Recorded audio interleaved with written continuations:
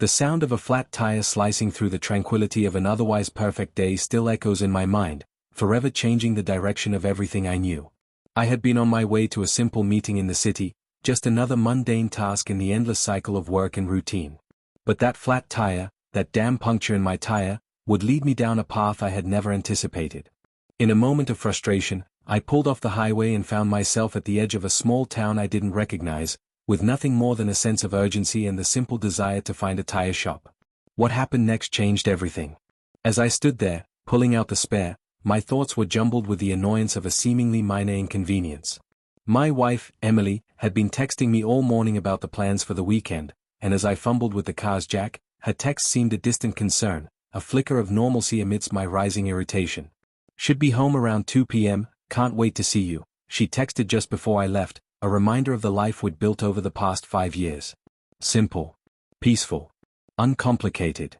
But everything felt like it had just shifted. After fixing the tire, I decided to walk to the nearby cafe to kill time. I needed coffee, strong, black, and steaming. I wasn't sure how long it would take to get the tire fixed, but I couldn't just sit in the car, waiting aimlessly. As I approached the small cafe on the corner, I could smell the distinct aroma of fresh espresso mingling with the soft scent of baked pastries. I stepped inside, appreciating the warmth that greeted me like an old friend. At first, I didn't think much of it. A small, cozy spot, with mismatched furniture and a few people scattered across the room, quietly enjoying their morning.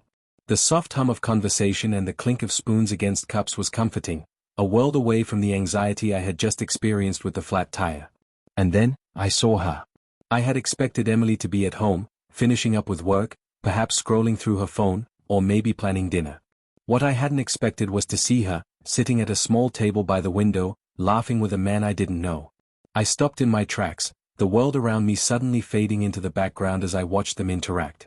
She had her head tilted back, her laugh light and carefree, a laugh that I had once cherished as our own. But this time, it wasn't for me. She was laughing with him, this stranger who sat across from her, as if they shared some private joke. The man was younger, with a kind face, one that seemed familiar somehow, but I couldn't place him. He wasn't someone I had ever met. I watched as he leaned in a little closer, speaking to her with a familiarity that made my stomach twist. I felt my pulse quicken as I stood there, frozen in place, unsure of what to do, unsure of what this meant. Every instinct told me to walk away, to leave before I saw anything more, but I couldn't tear my eyes away. The warmth I had felt upon entering the cafe seemed to evaporate in an instant, replaced by the sharp sting of jealousy and confusion. I had no right to feel this way, I told myself. Maybe they were just friends, maybe there was an innocent explanation. But the way they leaned in, the way Emily's eyes sparkled in a way I hadn't seen in months, it all made something in my chest clench painfully. I stood there, watching them for what felt like an eternity, the overwhelming sense of betrayal creeping in slowly, like fog rolling in on a quiet morning. It wasn't just the sight of her with someone else. It was the realization that she was sharing something with him, something I hadn't been a part of. A side of her that I hadn't been invited to.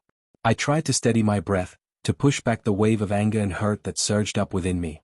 But all I could do was watch as Emily reached out to touch the man's hand, her fingers brushing his casually. Her smile was genuine, unguarded, something that had always been reserved for me. I turned away quickly, my heart pounding in my chest. I couldn't let them see me, couldn't let her see me like this. So, I stepped back into the street, trying to steady myself, trying to calm my racing mind. The image of them together, their shared intimacy, the ease with which they were talking, laughing, was branded in my mind. It didn't matter that I had no concrete evidence of anything. It didn't matter that I didn't know what was going on. What mattered was that in that moment, I felt a distance between us, a distance I couldn't explain, a distance I had never known before. My hand shook as I fumbled for my phone, unable to look at the screen without the weight of what I had just seen pressing down on me. I had no idea what to do next. I wanted to walk back in there, demand an explanation, confront them both, but I couldn't bring myself to do it. I wasn't ready for that yet. I needed time to think. I walked aimlessly for a while, my thoughts scattered and jumbled.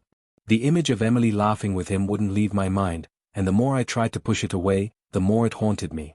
Was this just a chance encounter? A simple meeting with an old friend? Or was it something more? I didn't know. I didn't know how long she had been seeing him, or if this was just a one-time thing, or if something deeper had been brewing beneath the surface of our relationship. I needed answers, but I wasn't ready to face them yet. My thoughts spiraled in different directions. Should I go back to the cafe, ask her what was going on? Should I confront him, demand that he explain himself? The uncertainty gnawed at me, and I couldn't help but feel a strange sense of betrayal, even though nothing had been explicitly confirmed. I tried to reason with myself. Maybe I was overreacting. Maybe I was being paranoid, letting my emotions cloud my judgment. I told myself that she could explain everything, maybe she hadn't meant for it to look the way it did. But the doubt had already taken root. What had she been hiding? What else was there that I hadn't seen, hadn't been told? I had thought our life together was simple, steady, predictable, and filled with love. But now, everything seemed uncertain. The image of her laughing with him echoed in my mind, making it impossible to ignore the crack that had formed in the foundation of what I thought was a strong, unbreakable bond. My phone buzzed in my pocket. It was a text from Emily. "Hey, where are you? Everything okay?" The message was innocent enough, yet it sent a surge of conflicting emotions through me. I couldn't just ignore her. I needed to make a decision. But what decision? Should I face her and confront the truth I was terrified of hearing, or should I pretend nothing had changed and go on with my day, my life, pretending the cafe incident hadn't happened? The air felt heavy as I stood there on the street, staring at the message, at the life we'd built, knowing that nothing would ever be the same again. I didn't know what to do. The message from Emily was still sitting there on my phone, its words a stark contrast to the turmoil churning inside me. I had promised myself that I would stay calm, that I wouldn't let my emotions take over, but how could I remain calm after seeing her like that, laughing with him, so at ease, so happy? The image of them together was burned into my mind, and no matter how much I tried to push it away, it stayed with me, gnawing at me from the inside out. I took a shaky breath, tapping the phone screen to type a response. The cursor blinked at me, waiting for words that I didn't know how to form. I could lie to her, tell her I was just caught up with a flat tire and had decided to grab a coffee. But that would be dishonesty, and honesty was the one thing I needed right now. I knew what I had to do, but I wasn't ready. Not yet. So, instead, I pocketed my phone and began to walk. I needed space, a moment to clear my mind and to think this through. The streets of the town I didn't know felt unfamiliar and strange, each step carrying me further away from the cafe, from Emily, from the life I thought we had built together. It wasn't just her laughing with another man that unsettled me, it was the feeling that I didn't know her anymore. Had I missed something? Had there been signs I failed to see? The more I tried to rationalize it, the more the sense of betrayal grew inside me. This wasn't just about the man she was with, it was about everything we had, our shared life, the trust, the quiet bond that had defined us for so long. And now, it felt like everything had been tainted by that simple, undeniable truth. I had seen her with him. I found myself wandering into a park, sitting on a bench by a small pond, watching the ducks lazily float by. The serenity of the place did little to calm my racing thoughts. Instead, they spun faster, each scenario, each question, each emotion crashing over me like a wave. What did I even want to hear from her? Was there an explanation that could make this better? Could she tell me it was all innocent, that I had misunderstood? I doubted it. The way she looked at him, the way she had touched his hand, there was no mistaking that kind of connection.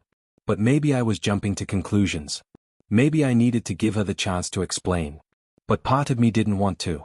Part of me wanted to just walk away, to leave it all behind and never look back. I knew that wouldn't be the easy way, but at least it would spare me from confronting the raw, painful reality of what I'd just seen. I took out my phone again, staring at her message. She'd asked where I was, if everything was okay. The words felt so normal, so innocuous, and yet they seemed worlds apart from the reality I had just stumbled upon. I couldn't respond to her yet. Not until I had some answers. I spent the next hour walking aimlessly, the tension in my body growing as I moved. The weight of my thoughts felt unbearable, like I was carrying the world on my shoulders. My phone buzzed again, and this time, I couldn't ignore it. Emily had texted again. "Please, just let me know you're okay. I'm worried." I stopped in my tracks, standing at a crosswalk, staring at the screen. My hand shook slightly, the enormity of everything making my chest tight. I knew I couldn't keep running from it. I had to face her. I had to hear her side of the story, no matter how painful it might be. I walked back to the cafe, my footsteps heavy. The entire time, I kept replaying everything in my head, her laughter, the way they interacted, the touch of his hand. When I arrived, the cafe was nearly empty, the lunchtime rush having passed. I walked in and saw her sitting at the same table by the window, exactly where I had seen her before. Her face was slightly flushed, as though she had been waiting, but there was no sign of the man from earlier.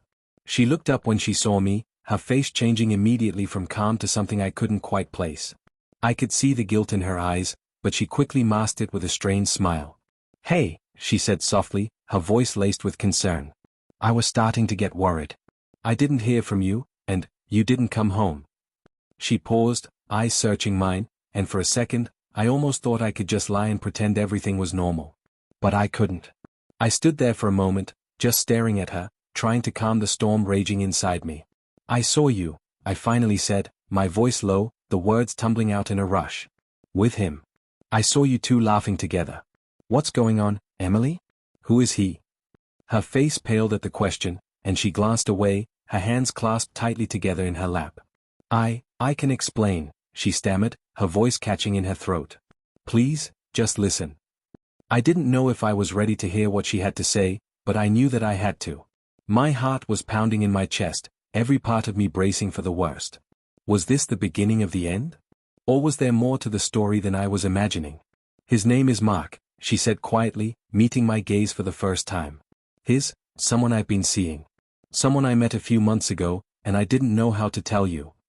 The words hit me like a ton of bricks, crashing down on my chest, making it hard to breathe. "You've been seeing him?" I repeated, my voice a little more harsh than I intended. "While we've been together?" She nodded, tears starting to pool in her eyes. "Yes. I'm so sorry. I never meant for it to happen. It just did. It wasn't something I planned. I never wanted to hurt you." I felt sick. Every word she said felt like a betrayal, each one unraveling the fabric of the life we'd shared. "You've been hiding this from me? All this time?" "I didn't know how to tell you," she whispered, her voice breaking. "I didn't want to lose you. I didn't want to hurt you." Her words were empty to me now. The hurt, the anger, it was all flooding back, and I felt like I couldn't contain it. "How long?" I asked, the question coming out hoarse, the pain in my chest threatening to choke me. "How long have you been seeing him?" "A few months," she said quietly, her hands trembling. "I thought I could keep it separate, that it wouldn't affect us. But it has. I know it has." I stood there, staring at her, my mind racing. I didn't know what to say. I didn't know how to fix this. The image of them together, their shared intimacy, the way they looked at each other, was burned into my mind, and it was all I could think about. Could I move past this? Could I forgive her? Or was it too late? The pain in my chest deepened, but I could feel something else slowly taking root, a desire for clarity. I couldn't keep letting my emotions dictate the next steps. I needed to know everything. I needed the truth, no matter how painful. "What happens now?"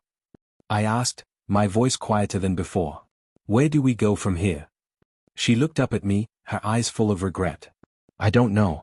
I don't know what you want from me. I've made a huge mistake. I wasn't sure what I wanted. I wasn't sure what I could even expect anymore. But one thing was clear, I couldn't keep pretending. Whatever happened next, I needed to make a decision. And that decision was going to change everything." The air in the cafe felt heavier now, as though the walls themselves were closing in on me. Emily's words, her confession, had landed like a bomb, shaking everything I thought I knew.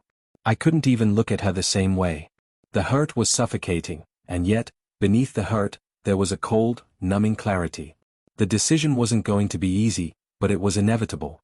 I had reached the point where everything had changed, and I had no choice but to move forward.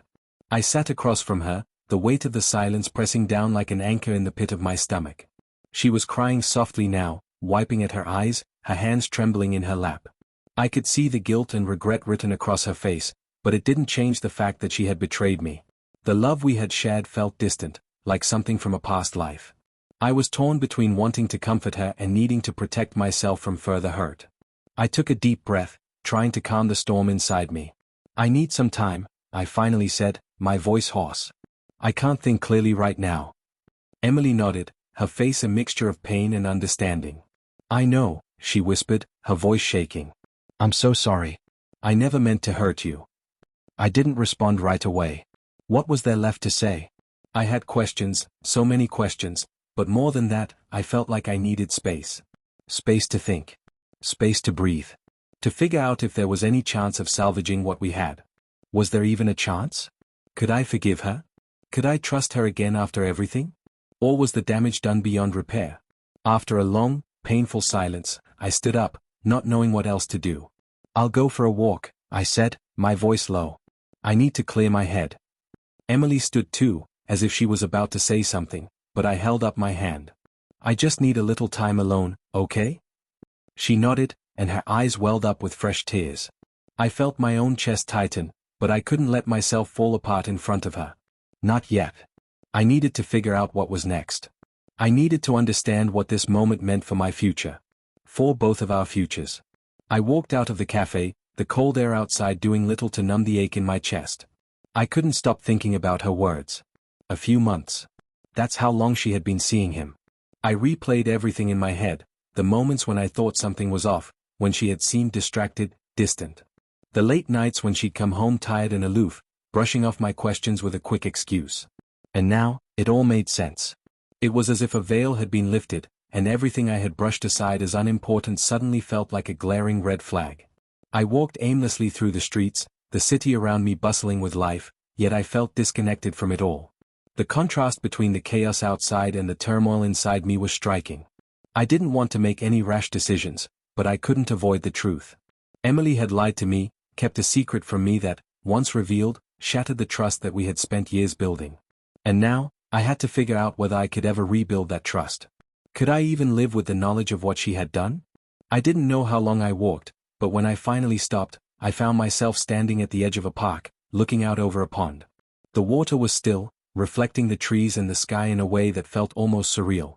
I felt a pang of longing, a desire for peace, for clarity, for something that could help me make sense of this. I pulled out my phone and dialed my best friend, Ryan. I needed someone to talk to. Someone who could offer a different perspective, someone who could tell me what I needed to hear. Hey man, you okay? Ryan's voice came through, calm and steady. I don't know, I said, my voice cracking. I don't know what to do. I saw her today, with him. She told me everything. She's been seeing him for months. There was a long pause on the other end.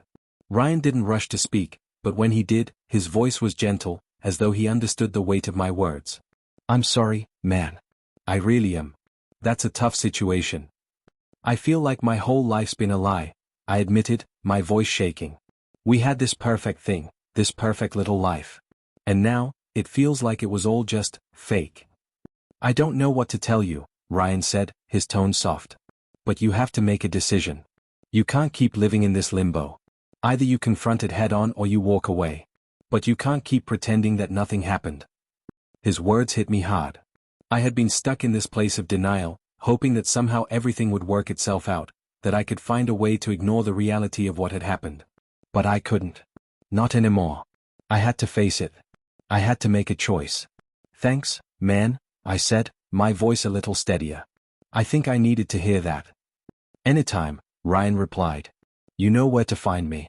You'll figure this out. Whatever you decide, I know you'll be okay. I hung up and stood there for a moment, staring at the reflection in the water.